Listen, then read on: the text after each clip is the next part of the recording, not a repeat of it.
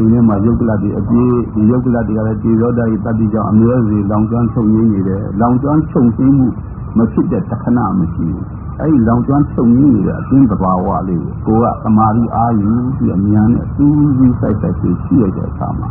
အတင်းဣဇာကမှာသဘာဝအားဖြင့်ယုတ်ကလတ်တွေကဒီရောဓာကြီးတတ္တိကြောင့်လောင်ကျွမ်းချုပ်ရင်းနေတဲ့လက္ခဏာကိုကာယတံဖတ်တဇာဝေနာအားဖြင့်ဟုတ်လားကိုယ်ပေါ်မှာကိုလာပြီးတွေ့ရှင်းရောရလေးတွေနော်စစ်ကြီးတွေဒီနေ့လာပြီးတရားပြောတဲ့အချိန်မှာဟုတ်လားတခါတဲ့ electronic needle သေးတယ်နဲ့တခါတဲ့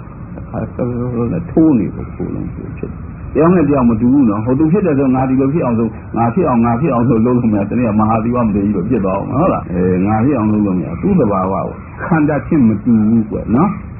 ငါအခန္ဓာချင်းမတူအခန္ဓာချင်းမတူအတွေ့နဲ့မတူကာမအားဖြင့်တူတယ်အဲ့ဒါအနိစ္စဝိဇ္ဇာဉာဏ်လေးကိုပေါ်လာပြီးကောင်းမှဖြင်းဖြင်းလေးတွေ့တယ်မျက်နှာမှာဖြင်းဖြင်းလေးတွေ့တယ်ဖြင်းဖြင်းလေးဆိုတာအထက်မှာယုတ်ကလကလေးကတည်သောတိုက်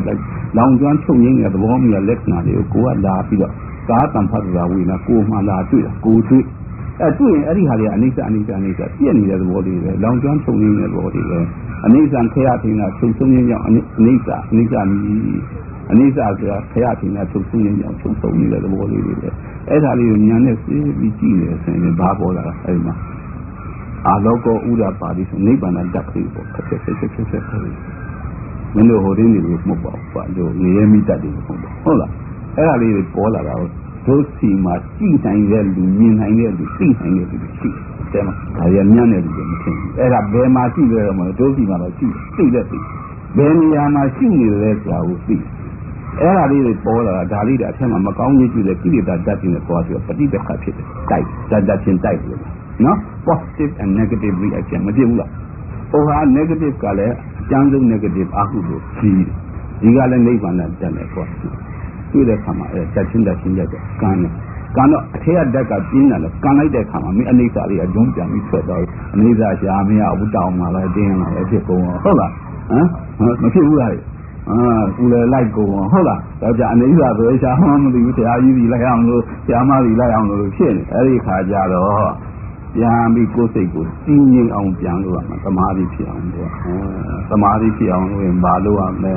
နာပြီးว่าစိတ်ပြန်ဆိုင်နည်းနည်းလေးရှူပြီးလမ်းကြောင်းနဲ့ဝင်လာအောင်လုပ်လွင့်စင်သွားတဲ့စိတ်ကိုပြန်ခေါ်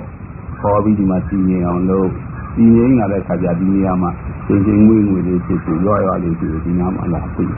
သိရင်ဒီနေရာမှာစိတ်ကိုစီးပြီးတဲ့ခါကျငယ်လေးနေတာဖမ်းပြီးတော့အားလေးရှိတယ်အဲ့ဒီမှာဖြင်းဖြင်းလေးဖြစ်ပြီးရွလေးပြီးချိန်လေးဖြစ်လာဖြစ်လာတဲ့ခါမှာနေရာလေးရွှေ့ရှိ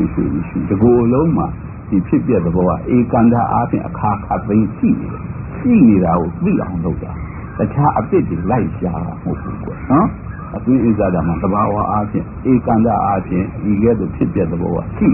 အဲ့ဒါရှိနေတာသိအောင်အဲ့